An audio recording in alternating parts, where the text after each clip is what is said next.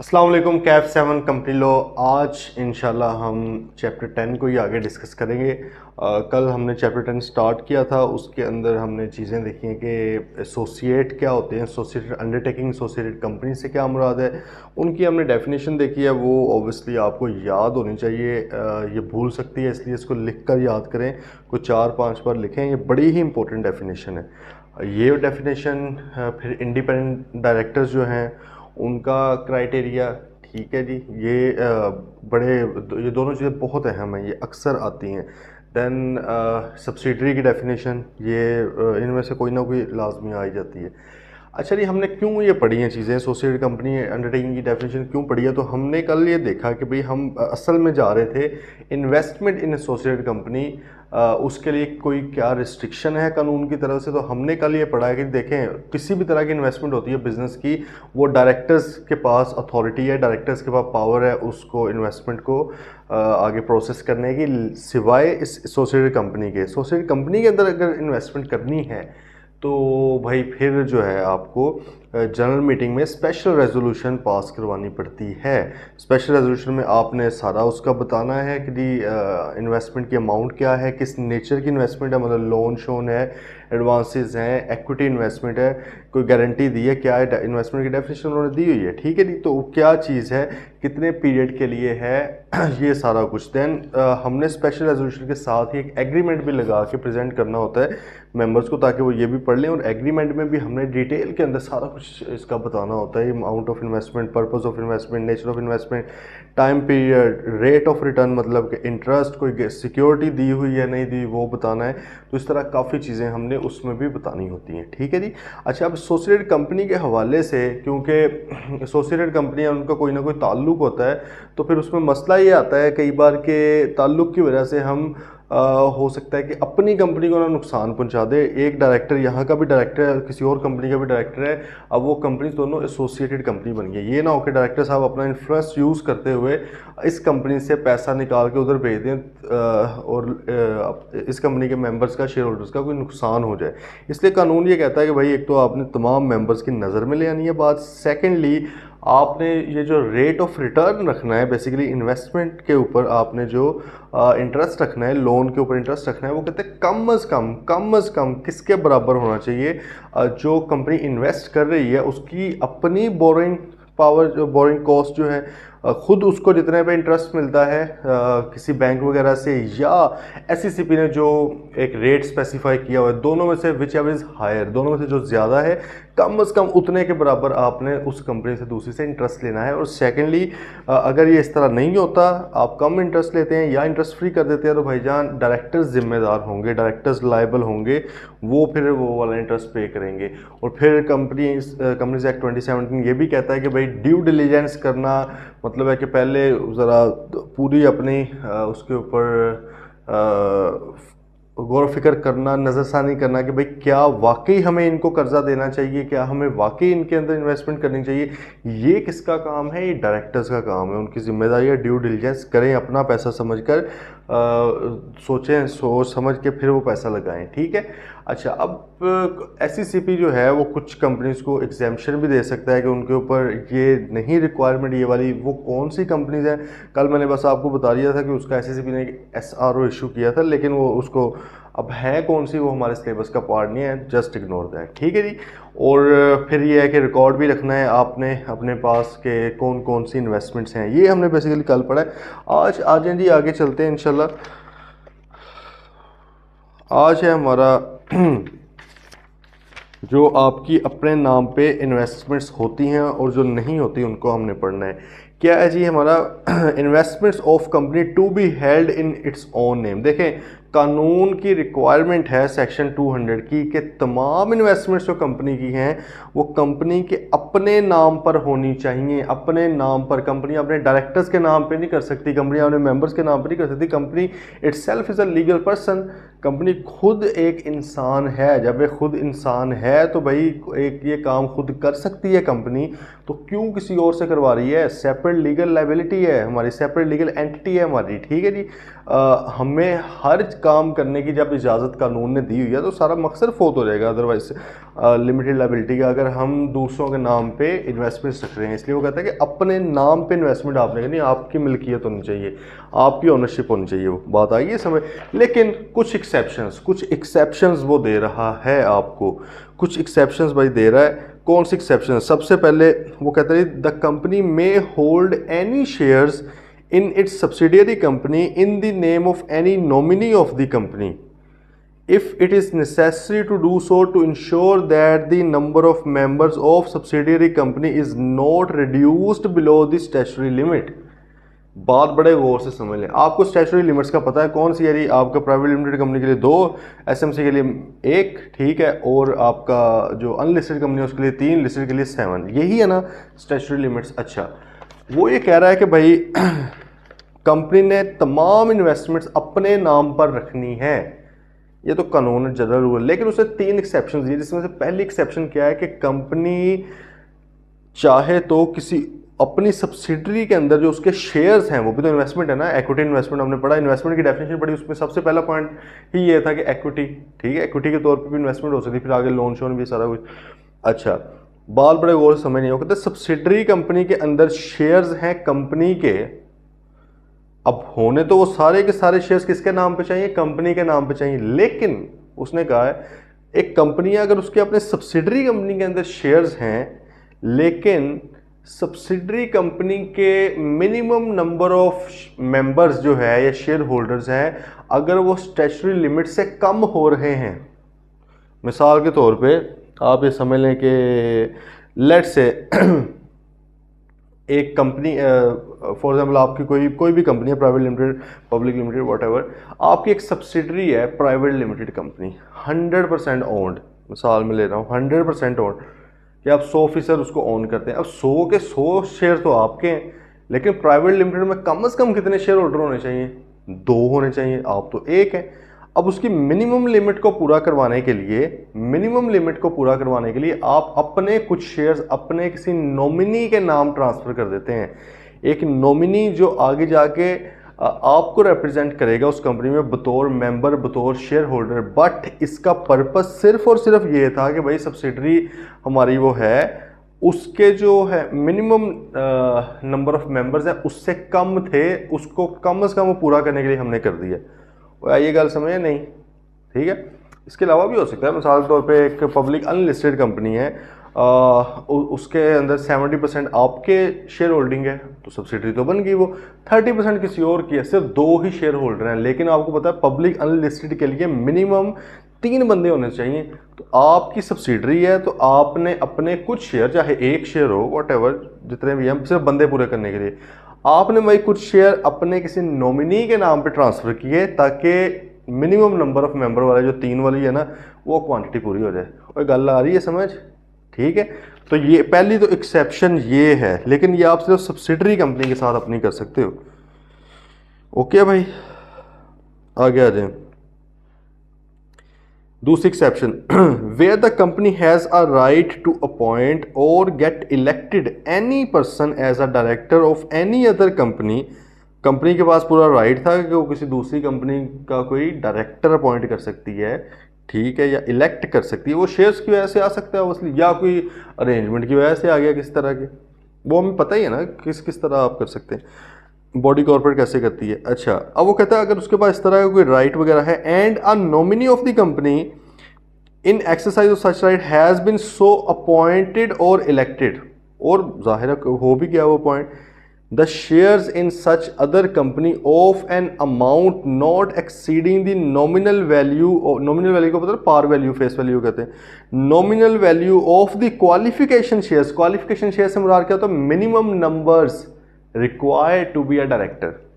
याद है, minimum number of votes या शेयर्स जो आपको चाहिए एक डायरेक्टर इलेक्ट होने के लिए, ठीक है जी, वो आपके क्वालिफिकेशन शेयर है। which are required to be held by a director thereof may be registered or held by such company jointly in its own name and in the name of such person or nominee or in the name of such person or nominee alone। लो जी, बात simple सी है, लंबी कर गया है ना, rickshaw करवाना पड़ गया। बात बड़ी सिंपल है। पहले वाला पॉइंट क्या था, पहले वाला दोबारा ज़रा समझ लें। पहले वाला पॉइंट है सिंपल कि भाई आपकी इन्वेस्टमेंट है अपनी सब्सिडरी कंपनी के अंदर, 50% प्लस है, वो आपकी सब्सिडरी बन गई। लेकिन उस सब्सिडरी कंपनी के मिनिमम नंबर ऑफ मेंबर्स है ना, वो स्टैट्यूटरी लिमिट जो कानूनी लिमिट कंपनी एक्ट ने बताई हुई है, प्राइवेट लिमिटेड के लिए 2, अनलिस्टेड के लिए 3, उससे कम हो रही है लिमिट। अब आपने भाई सिर्फ कानूनी उसको पूरा करने के लिए, ठीक है, आपने क्या किया, एक बंदे को एक आधा शेयर दे दिया, जितने भी ज़्यादा भी दे सकते हैं, मैं मिसाल ले रहा हूँ, एक शेयर दे दिया, एक भी शेयर मिल जाए तो बंदा तो बन गया शेयर होल्डर, मेंबर बन गया। लो जी, 3 बंदे पूरे हो गए उधर से, या 2 बंदे पूरे हो गए, ये किया जा सकता है। लेकिन ये सिर्फ सब्सिडरी के साथ कर सकते हैं आप। सेकंड क्या है, सेकंड ये है कि भाई अगर कंपनी का एक राइट था, वोट्स थे या जो भी सीन था, कि वो अपना कोई डायरेक्टर नॉमिनेट कर सकती थी, क्योंकि हमें पता ना कि बॉडी कॉर्पोरेट जो होती है, कंपनी होती है, वो मेंबर तो बन सकती है, डायरेक्टर इटसेल्फ नहीं बन सकती, किसी को नॉमिनेट करना पड़ता है, याद है चैप्टर 3 में। अच्छा, अब ये डायरेक्टर उधर अपॉइंट करिए, लेकिन अगर उस कंपनी ने अपने आर्टिकल्स में लिखा होगा कि डायरेक्टर बनने के लिए मिनिमम इतने नंबर ऑफ क्वालिफाइंग शेयर्स या क्वालिफिकेशन शेयर्स चाहिए आपको, तो भाई अब कंपनी के पास ऑप्शन है, एक कानून ने दे दिया कि यार क्योंकि रिक्वायरमेंट है उनके आर्टिकल्स की, तो आप ये करें कि या तो आप जॉइंटली उसके नाम पे शेयर्स भी रख लें, कुछ भी शेयर्स, 1 शेयर 2 शेयर, या बेसिकली क्वालिफिकेशन शेयर, सॉरी, जो qualifying minimum number of shares चाहिए उतने शेयर्स या तो जॉइंटली उसके नाम पे रख लें, आपके भी हैं उसके भी हैं, दोनों ही ओनर हो गए ना, हाफ ऑफ नहीं ओनर होते, पता है ना, हमने पढ़ा हुआ चैप्टर 1 में ही बात पढ़ ली थी कि जॉइंट शेयर होल्डिंग का मतलब क्या होता है कि जितने भी शेयर है उस सब के 100% शेयर होल्डर, 100% ओनरशिप वही 2, 3, 4 बंदे जिनके पास है उनके पास 100% होती है, ये नहीं होता कि हाफ ऑफ कर लो, ठीक है। अच्छा भाई, तो भाई एक तो तरीका है कि जॉइंटली उसके नाम पे और अपने नाम पे करो, और दूसरा इवन ये भी है कि भाई सिर्फ उस बंदे के नाम पे दे दो आप सिर्फ, लेकिन क्वालिफाइंग शेयर सारे के सारे नहीं दे सकते, मिनिमम नंबर ऑफ शेयर्स बस देने हैं जिसकी बेस पर वो डायरेक्टर इलेक्ट हो सकता है, ठीक है भाईजान, ओके सही है। चलें, 2 पॉइंट हो गए। थर्ड, कंपनी में also places investment in securities, securities जब वर्ड आता है तो हमें पता लग जाता है लिस्टेड कंपनी के शेयर की बात हो रही है, उसे स्पेसिफिकली बताया था ना हमें, सिक्योरिटीज के अंदर एक्विटी सिक्योरिटीज भी होती है, डेट सिक्योरिटीज भी होती है। एक्विटी सिक्योरिटीज में वो कहता है कि जो लिस्टेड कंपनी के शेयर्स है उसको मैं सिक्योरिटी कहता हूँ। ऑल दिस बुक के अंदर कभी कभार वो गेम कर गया, थोड़ी सी आम शेयर्स को भी उसने लिख दिया गलती से, लेकिन जो है सिक्योरिटीज है वो क्या है, वो इधर क्योंकि कॉन्टेक्स्ट भी चल रहा है ना साथ, सीडीसी की भी आगे, तो सीडीसी सेंट्रल डिपॉजिटरी कंपनी सिर्फ और सिर्फ लिस्टेड कंपनी के शेयर्स के लिए वो यूज़ होती है, उसमें शेयर, उसके थ्रू आप शेयर सेल या बेचते हो, वो परचेज या सेल करते हो, ठीक है जी। तो सीडीसी आप समझ लें एक मैकेनिज्म है, एक इंटरमीडियरी है स्टॉक मार्केट में और जो आम एक पोटेंशियल इन्वेस्टर है उसमें।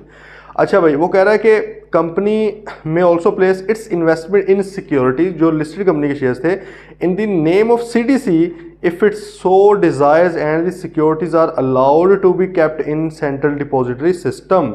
वो कहते हैं कि भाई कंपनी अगर चाहे तो अपने शेयर्स, जो उसकी अपनी इन्वेस्टमेंट है किसी कंपनी में, देखिए 2 बातों को कंफ्यूज नहीं करना आपस में प्लीज। एक होता है कंपनी का शेयर कैपिटल, ऑथराइज कैपिटल, ये कंपनी का नहीं है, मतलब कंपनी का शेयर कैपिटल, लेकिन ये शेयर्स की ओनरशिप शेयर होल्डर के पास है, उसकी बात नहीं हो रही। यहाँ पे बात हो रही है कि जो ओनरशिप कंपनी की थी और कंपनी क्या किसी दूसरे के नाम पे रख सकती है कि नहीं।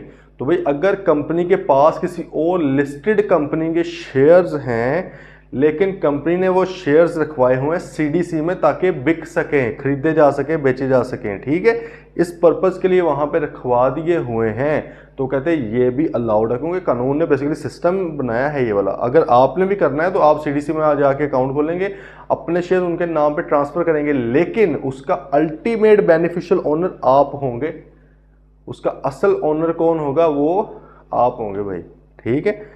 उनके नाम पे होंगे शेयर्स, लेकिन उसका जो असल ओनर है वो पीछे कौन है, बैक पे, वो आप है,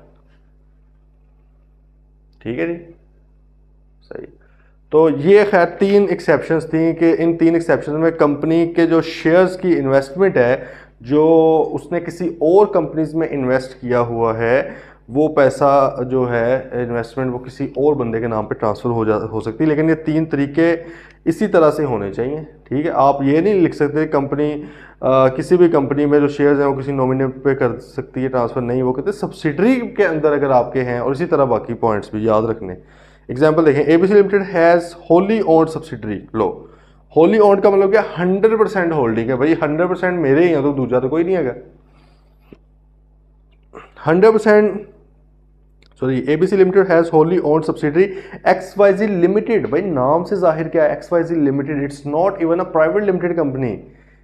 ये कम अज कम पब्लिक अनलिस्टेड तो होगी ना, वो तो आगे जाके पता लगेगा लिस्टेड है कि नहीं, लेकिन ये अनलिस्टेड तो है, कम अज कम पब्लिक कंपनी तो है। ओके जी, XYZ limited is a public unlisted company, अगर उन्होंने बता भी दी। आपका दिमाग इतना काम करना चाहिए उसके बताने से पहले आप चीज़ को समझ रहे हो, क्योंकि पढ़ लिए यार सारी चीज़ें। अगर अभी भी आज स्टेज पर XYZ लिमिटेड में आपसे नाम पूछता हूँ किस तरह की कंपनी है ये, प्राइवेट है, पब्लिक, और आप आ बा करेंगे तो भाई कोई फिर फ़ायदा नहीं है, ठीक है। क्योंकि हमने कोई हज़ारों बार ये बात भी की है और हम पढ़ भी चुके हैं इतनी बार चीज़ें। अच्छा जी, तो भाई उसने कहा कि वो अनलिस्टेड कंपनी है and it must have at least 3 members. अभी उसने ना भी बताया होता तो आपको पता है, ये तो उसकी मेहरबानी एग्जाम्पल ले रहा है ना, लेकिन आप ना भी बताता तो आपको पता था कि कम से कम 3 मेंबर होते हैं। ABC limited is allowed to hold some of its investment. अब कुछ इन्वेस्टमेंट मजीद 2 बंदों के नाम पे वो कर सकती है, जो उसके नॉमिनी होंगे, ठीक है, जो उसके क्या होंगे, नॉमिनी होंगे, और सिर्फ बंदे पूरे करने के लिए। होता है ना कि कई बार क्रिकेट में सुबह सुबह मैच बचपन में खेलते थे, तो भाई वो बंदे नहीं पूरे हो रहे, वो हर रेलू कट्टे को डाल देते थे, चल यार 11 बंदे पूरे करने, वो वाला सीन है। बात आ रही समझ कि भाई आपने बंदे पूरे करने हैं, तो बंदे पूरे करने के लिए आप कर सकते हैं, तो वो किसी और के नाम पे भी शेयर्स ट्रांसफ़र उतने कर सकते हैं ताकि वो मेंबर बन जाए। तो एक एक कर देंगे, ठीक है, कि भाई मेंबर बनाओ, बस खाना पूरी करो। Example 7, ABC limited has invested in 15% shares of XYZ limited. 15% shares हैं इसके बाद किसी और कंपनी के, मतलब है कि कोई दूसरी कंपनी इसकी सब्सिडरी नहीं है। अच्छा, and want to nominate mister Afzal as director. Okay, as per articles of XYZ limited only a person who holds at least 10,000 shares may become the director of the company. लो जी, अगली company उसके articles में लिखा हुआ कि जिसके पास कम से कम 10,000 वोट अपने होंगे ना, उसके नाम पे होंगे, वो बंदा डायरेक्टर बन सकता है। अब वो अफजल साहब के नाम पे तो कुछ भी नहीं था अभी तक, क्योंकि सारे उनकी बॉडी कॉर्पोरेट उनकी कंपनी के नाम पे थे। अब कंपनी ने क्या किया, 10,000 शेयर उनके नाम पे कर दिया। अगर कंपनी कहे मैं 11,000 करूंगी, भाई वो इलीगल है, ऊपर वाला 1,000 वो नहीं कर सकती, इट इज़ अल्ट्रा वायरस, वो नहीं कर सकती। 10,000 बस चाहिए थे, उतने उसके नाम पे करे, वरना वो फिर मकसद फोत हो गया ना उसका, रिक्वायरमेंट का जो रिक्वायरमेंट थी कि तमाम इन्वेस्टमेंट कंपनी के नाम पे होनी है, ठीक है। तो भाई 10,000 आप उसके नाम पे कर सकते हैं, जॉइंटली भी कर सकते हैं अपने और उसके नाम पे इकट्ठे भी, या सिर्फ और सिर्फ उसके अफजल के नाम पे भी किए जा सकते हैं। ऑब्वियसली कंपनी कहे कि जॉइंटली को, आई मीन भाग ही ना जाए, ठीक है। Example 8, the shares can be transferred in the name of CDC and in such a case the shares get registered in the name of CDC as a trustee. Trustee का मतलब क्या होता है, ट्रस्टी का मतलब होता है कि भाई ये ओनर नहीं है, मैंने आपको बताया अल्टीमेट बेनिफिशियल ओनर UBO कौन होगा, कंपनी होगी, लेकिन कंपनी के shares just for the sake of a specific purpose has been transfer to CDC। वो सिर्फ एक पर्पस के लिए किए गए हैं। पर्पस क्या है कि भाई आप उसको खरीद बेच सकते हो। CDC एक्ट्स लाइक अ ट्रस्टी, ट्रस्टी के तौर पे कि भाई दूसरे बंदे ने इस पर ट्रस्ट करके इसको एक काम के लिए दिया हुआ है, it is not the owner of those shares. Okay, however beneficial owner remains in the name of actual owner of shares. If company puts its invested shares or securities in central depository, it would not be in non-compliance of the Companies Act. चलो जबरदस्त। अब आगे register रखना है भाई, तो register रख लो यार, इसमें क्या बड़ी बात है। पहले रजिस्टर रखा था सोसाइटी कंपनी के अंदर हमारी जो इन्वेस्टमेंट है, अब रजिस्टर्ड है कि जहाँ पर हमने अपने नाम पर नहीं रखे हुए इन्वेस्टमेंट्स, वो भाई ये इंतहाई इंपॉर्टेंट चैप्टर है, मैं दोबारा इस पर ज़रा मैंने कहा जोर डाल दूँ। तो contents of the register, contents में क्या होगा, वो कहता है जी आपने मतलब अभी क्योंकि रजिस्टर कौन सा है, register for investments not held in its own name, जो हमारे नाम पे नहीं है। तो 3 एक्सेप्शंस हैं, इन 3 एक्सेप्शंस में जो जो चीज़ें आ रही हैं आपके जिस जिस जगह पे हैं वो आपने लिखते जाना है, उनका पर्पस वगैरह मतलब वो सारा आपने डिटेल में बताते जाना है, ठीक है जी। और ये आपने अपने रजिस्टर ऑफिस में रखना है। और बस ये सिंपल सी बात है। ओपन फॉर इंस्पेक्शन है भाई, बिजनेस आवर्स में इंस्पेक्शन के लिए खुला रहेगा कम से कम 2 घंटे। ये बात हमने पहले भी एक जगह पे पढ़ी हुई है, वो थोड़ा याद कर लें। किस जगह पढ़ी हुई है बताएं जी, किस जगह पढ़ी हुई है बात? मिनट्स ऑफ मीटिंग्स वगैरह में या चार्ज वाले में?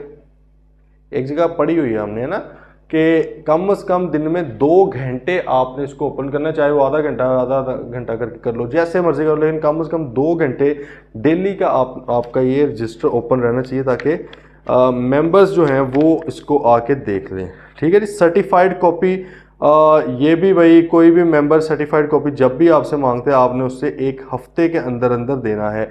ये हमने मिनट्स ऑफ मीटिंग के टाइम पे भी इस तरह कुछ पढ़ा, लेकिन उसमें यह था कि मेंबर मांग भी कम से कम हफ्ते बाद सकता है, लेकिन जब भी मांगेगा उसको 1 हफ्ते के अंदर, 7 दिन के अंदर, बेसिकली हफ्ता छोड़ो 7 डेज के अंदर आपने देना है। यहाँ पर पहले वाले 7 डेज तो नहीं है कि मेंबर 7 डेज बाद मांगेगा, वो सिंपल है कि मेंबर जब मर्जी मांगे, क्योंकि जैसे इन्होंने इन्वेस्टमेंट करी उन्होंने लिख लेनी, बस खत्म हुई कहानी। उधर तो था ना कि मिनट्स बनाने पड़ते हैं, थोड़ा टाइम लग जाता है अप्रूवल वगैरह का। इधर तो कुछ भी नहीं है, लिखनी है यार रजिस्टर के अंदर चीज़, तो लिख दो। तो उसने कहा जब भी मांगेगा आपने उसको विद इन 7 डेज आपने दे देना है। Order by registrar for allowing inspection, ये भी हमने एक जगह पढ़ा था। हमने कहा था कि भाई मेंबर को लिफ्ट नहीं करवाई जा रही, वो रोता रोता वो रजिस्ट्रार के पास जाता है, रजिस्ट्रार कहता है आजो मेरा बेटा, मैं आपको लेके चलता हूँ, मैं इंस्पेक्शन आपको करवाता हूँ। तो इधर भी भाई वही सीन है कि वो अगर किसी को नहीं करवाने दी जा रही तो वो registrar may by an order compel an immediate inspection of the register और direct the copies required shall be send to the person requiring them. ठीक है, वो रजिस्ट्रार कह सकता है कि भाई इसको दिखाओ, ठीक है, जो ये देखना चाह रहा है, और इसको कॉपीज भी प्रोवाइड करो। ओके है भाई, किसी तरह की कोई कंफ्यूजन है तो प्लीज।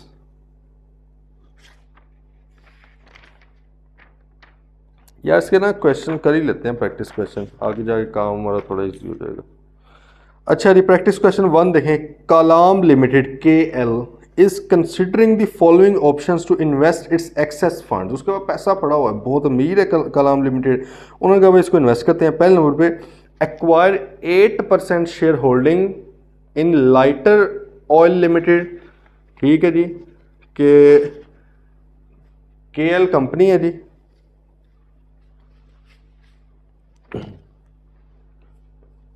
अब उसका पहला प्रपोजल क्या है? पहला प्रपोजल यह है कि जी लाइटर ऑयल लिमिटेड, तो लोल हो गया।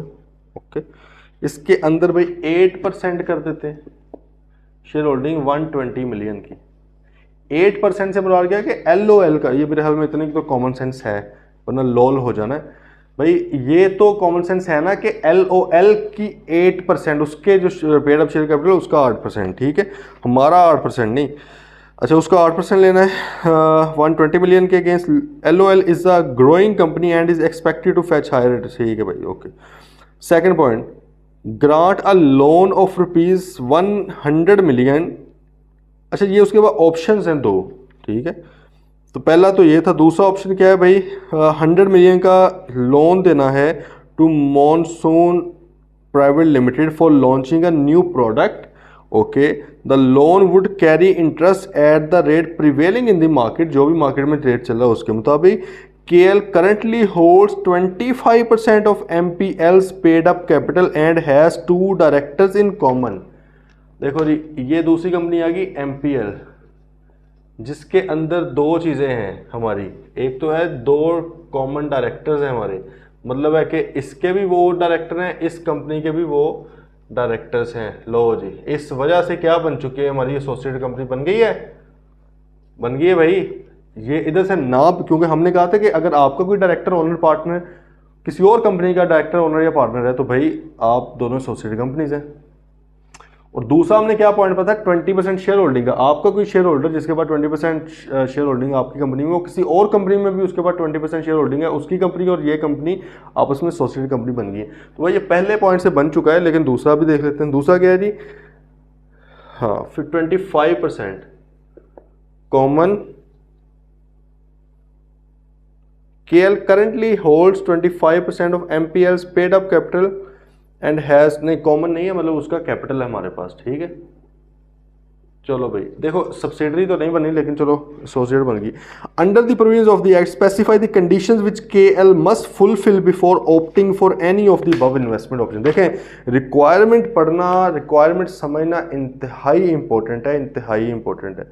प्लीज़ रिक्वायरमेंट को समझा करें, ठीक है, गौर से इसको पढ़ना है रिक्वायरमेंट को। वो क्या कह रहा है, उसने कहा दो ऑप्शंस हैं, आप इसका हमें सिंपल ये बताएं कि हमें specify the conditions which must fulfil, कौन सी कंडीशंस को हमने फुलफिल करना है इसको इन्वेस्टमेंट को एक्सरसाइज करने के लिए, कौन सी कंडीशंस को फुलफिल करना है। सिंपल है भाई सीन, पहली 8% वाली बात है, सिंपल हमने उसके अंदर कह देना कि जी देखो जब हमने ये इन्वेस्टमेंट वाला स्टार्ट किया था हमने सबसे पहले कहा था power to make investment in general. आमतौर पे इन्वेस्टमेंट करने की पावर किसके पास होती है, डायरेक्टर्स के पास होती है, लेकिन एसोसिएटेड कंपनी के केस में स्पेशल रेजोल्यूशन। बताएं भाई क्या ये एसोसिएटेड कंपनी है, किसी वजह से 8% शेयर होल्डिंग है उसके अंदर, बस खत्म बात, ना कोई डायरेक्टर है हमारा, ना कोई और चीज़ है, कोई ताल्लुक ही नहीं है और इसके साथ। तो ये LOL हमारी सिंपल एक इन्वेस्टमेंट है, ठीक है, इक्विटी इन्वेस्टमेंट है भाई। तो इस केस में कोई एसोसिएटेड कंपनी की डेफिनेशन में नहीं पूरा उतर रही, सिंपल इन्वेस्टमेंट है। तो भाईजान सिंपल इन्वेस्टमेंट सिर्फ बोर्ड ऑफ डायरेक्टर्स जो हैं वो अपनी रेजोल्यूशन के थ्रू कर सकते हैं। तो आप लिख रहे हैं as per the companies act 2017 all investments are approved और authorised by the board of directors, ठीक है, एक्सेप्ट एसोसिएटेड कंपनीज। तो भाई because LOL is not an associated company और undertaking, hence the investment in LOL worth 120 million requires only a board resolution. बस खत्म कर। दूसरा पॉइंट आ गया, दूसरे पॉइंट के अंदर हमें पता है कि भाईजान वो आपकी क्या है, एसोसिएटेड कंपनी है।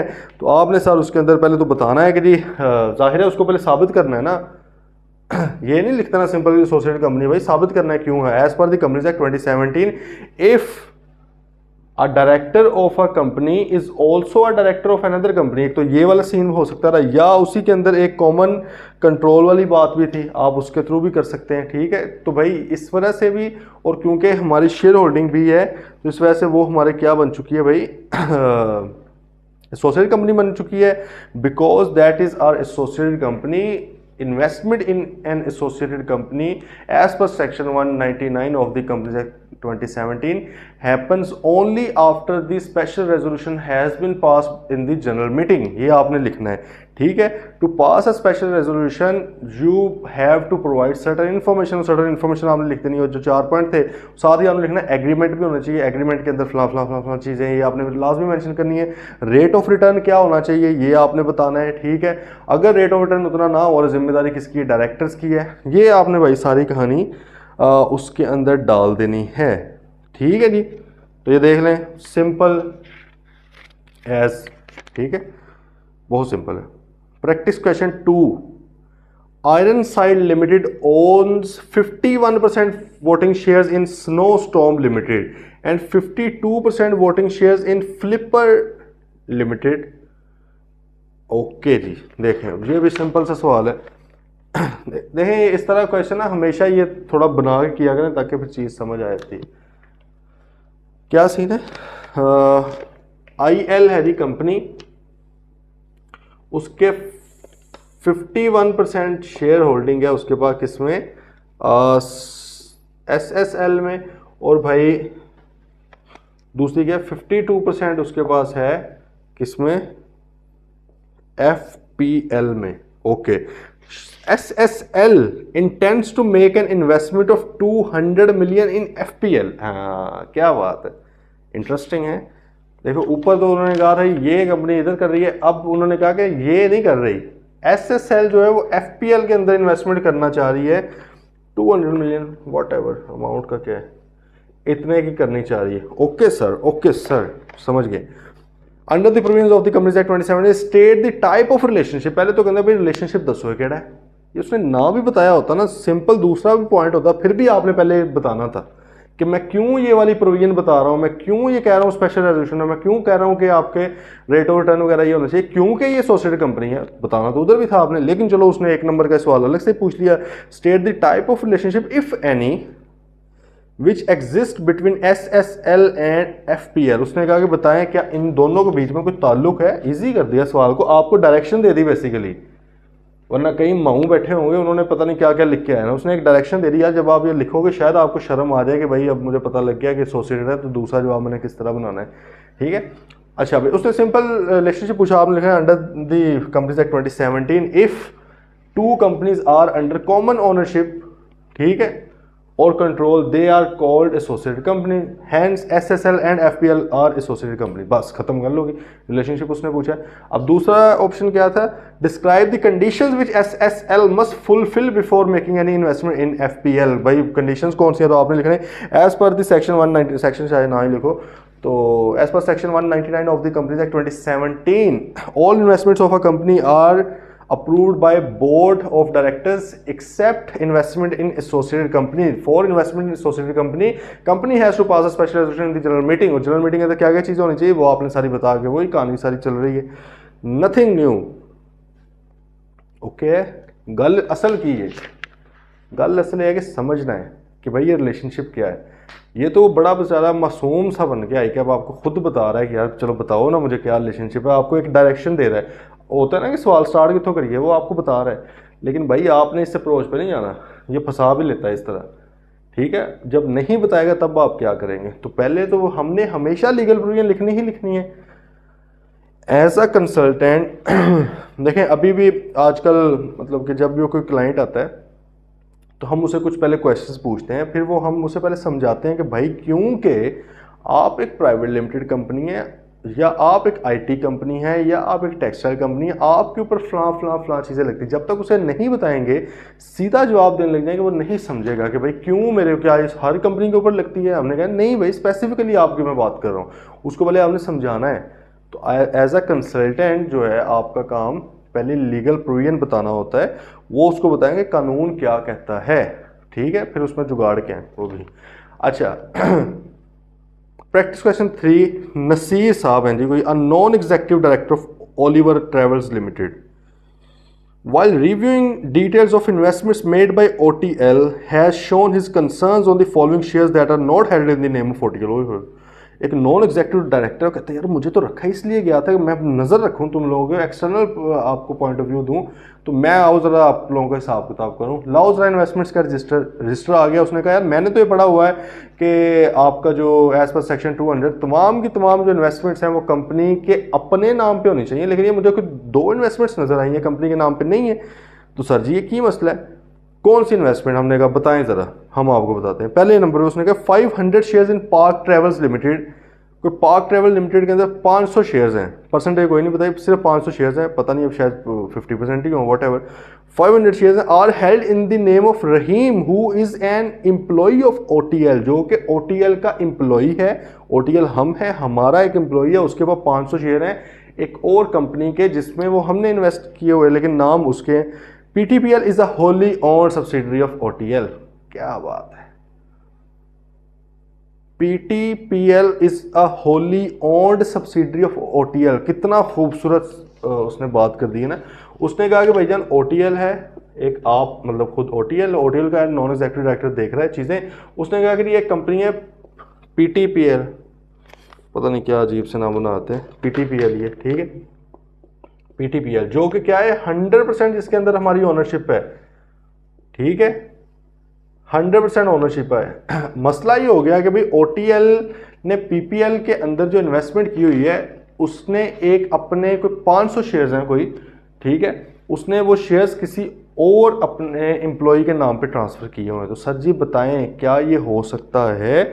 उसने कहा under the provision of the briefly explain the possible reasons. देखो सवाल पढ़ना बड़ा ज़रूरी है समझ के। उसने कहा पॉसिबल रीज़न क्या, कितनी ही कोई बुरा वक्त आ सकता है कि जिसके अंदर ये करना पड़ जाए, वो बताएं क्या पॉसिबिलिटीज़ है जिसपे हमें ये करना पड़ सकता है।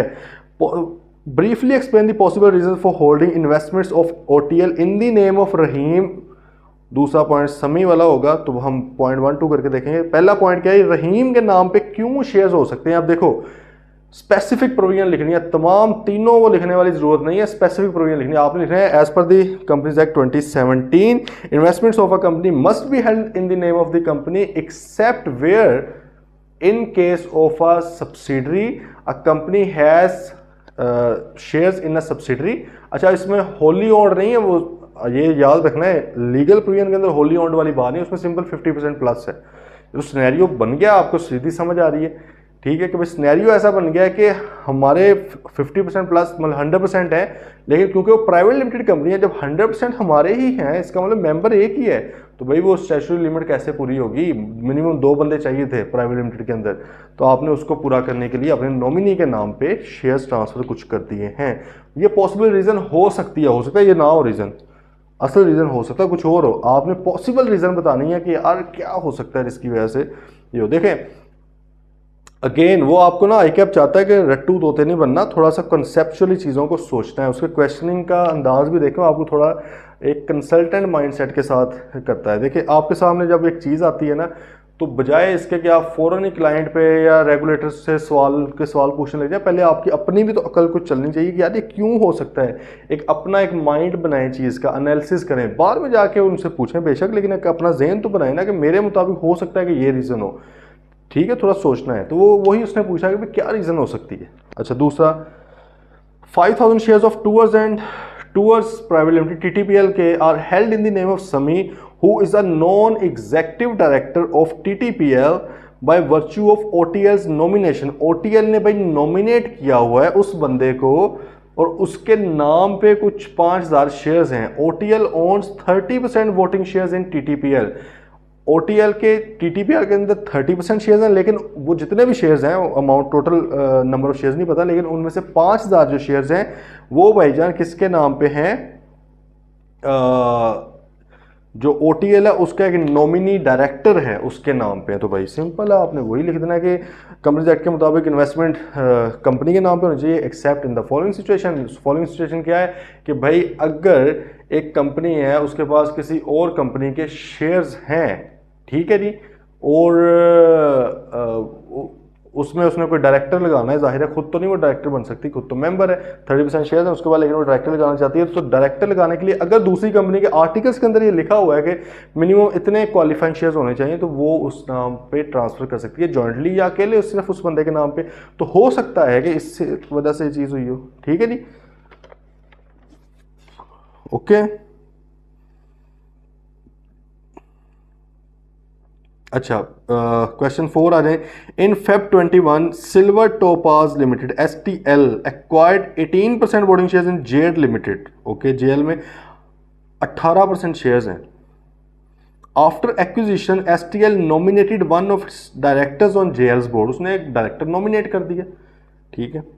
STL's board is planning to acquire further 10% voting shares in JL in May 2021। उन्होंने वो भाई 10% और खरीदना चाह रहे हैं, मतलब 28 हो जाएंगे।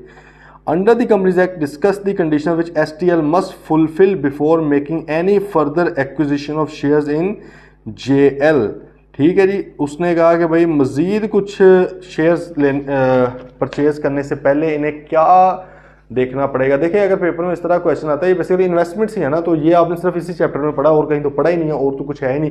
लेकिन अगर सवाल पूछा गया इसका मतलब सिलेबस का पार्ट तो है, तो थोड़ा दिमाग वहाँ पे इस्तेमाल करना होता है कि भाई है तो सही चीज़। अब आपने बस इसको ये अगर समझ आ गई ना कि इन्वेस्टमेंट है, तो इन्वेस्टमेंट वाले चैप्टर पर आपने जाहिर पहुँच गए 10वें चैप्टर पर, यहाँ पर फिर आपने सोच लेना है। अब देखें 18% शेयर्स हैं उसके अंदर, लेकिन हमने एक डायरेक्टर नॉमिनेट किया हुआ इधर इस बल्कि ये देखें STL nominated one of its directors on JL's board. It's director से क्या मुराद है? इंग्लिश थोड़ी सी मेरे ख्याल में आनी चाहिए हमें। हमारा जो डायरेक्टर है वही हमने नॉमिनेट कर दिया, उधर भी डायरेक्टर। तो भाईजान अगर कॉमन डायरेक्टर हो जाए तो वो कंपनी हमारी क्या बन गई? एसोसिएटेड कंपनी बन गई। हम और वो दोनों एसोसिएटेड कंपनी हो गए हैं। बात समझ रहे हैं? कोई नहीं समझ रहे? हमारा एक डायरेक्टर था, जाहिर है हम बॉडी कॉर्पोरेट में एक कंपनी है, हमारे 18% शेयर्स हैं उसमें, लेकिन हम खुद तो नहीं डायरेक्टर बन सकते। हमने एक बंदा किया नॉमिनेट, उसको क्या दिया क्या नहीं दिया वो सवाल ही नहीं है, क्वेश्चन कुछ और है। जो रिक्वायरमेंट है उसको समझ के चलना है। तो भाई हमारा एक डायरेक्टर था, उसी डायरेक्टर को हमने नॉमिनेट करके उस कंपनी का भी डायरेक्टर बना दिया। तो भाई दोनों का डायरेक्टर जब सेम हो गया तो क्या होगी? दोनों एसोसिएटेड कंपनी होगी। अब अगर एसोसिएटेड कंपनी हो गई है, पहले नहीं थी, 18% जब थे उस वक्त तक नहीं थी, जब डायरेक्टर लगाए उस वक्त हुई है। अब वो कहते हैं मजीद 10% लगाना चाह रहे हैं, तो भाई अब तो एसोसिएटेड कंपनी होगी ना। अब अगर आप लगाना चाहेंगे तो फिर आपको वो तमाम कंडीशन एसोसिएटेड कंपनी वाली पूरी करनी पड़ेंगी, ठीक है। अब आपने पहले इसको साबित करना है कि एसोसिएटेड कंपनी, आपने लिखना है अंडर द कंपनीज एक्ट 2017 अगर आपके कॉमन डायरेक्टरशिप हो, ठीक है, तो उस रीज़न से आप क्या बन जाते हो, एसोसिएटेड कंपनीज बन जाते हो, ठीक है। अब investment in associated company section 199 of the Companies act 2017 वो ये क्या कहता है, वो ये कहता है कि भाई आपने अगर करनी है तो जनरल मीटिंग से स्पेशल रेजोल्यूशन पास करनी है और फलां फलां फलां फलां सारी चीज़ें, ठीक है जी। तो उन्होंने कहा कि ये कंडीशंस आपको फुलफिल करनी पड़ेंगी, ओके जी। ज़ाहिर थोड़ा सा लिखा है तो उसके शायद मार्क्स कम हो, उस हिसाब से आपने हमेशा वो एलोकेट कर लेते हैं ना मार्क्स 1.8 के साथ मल्टीप्लाई करके कि हर मार्क को उतना ही देना होता है। अच्छा, ये ब्लश पाकिस्तान लिमिटेड BPL, ये भाईजान आप लोगों ने खुद करना है, लिख कर करना है, बड़ा इसमें सारा कुछ उसने बता दिया हुआ ना, पूरा डिटेल में आपका प्रोसेस आ जाएगा। प्लीज़ प्लीज़ प्लीज़ इसको लिख के करना है, रिक्वायरमेंट को इंतहाई गौर से समझना है और फिर इसको लिख कर सॉल्व करना है, ओके। चलें, कल मिलते हैं इंशाल्लाह। टिल देन टेक केयर, अल्लाह हाफिज़।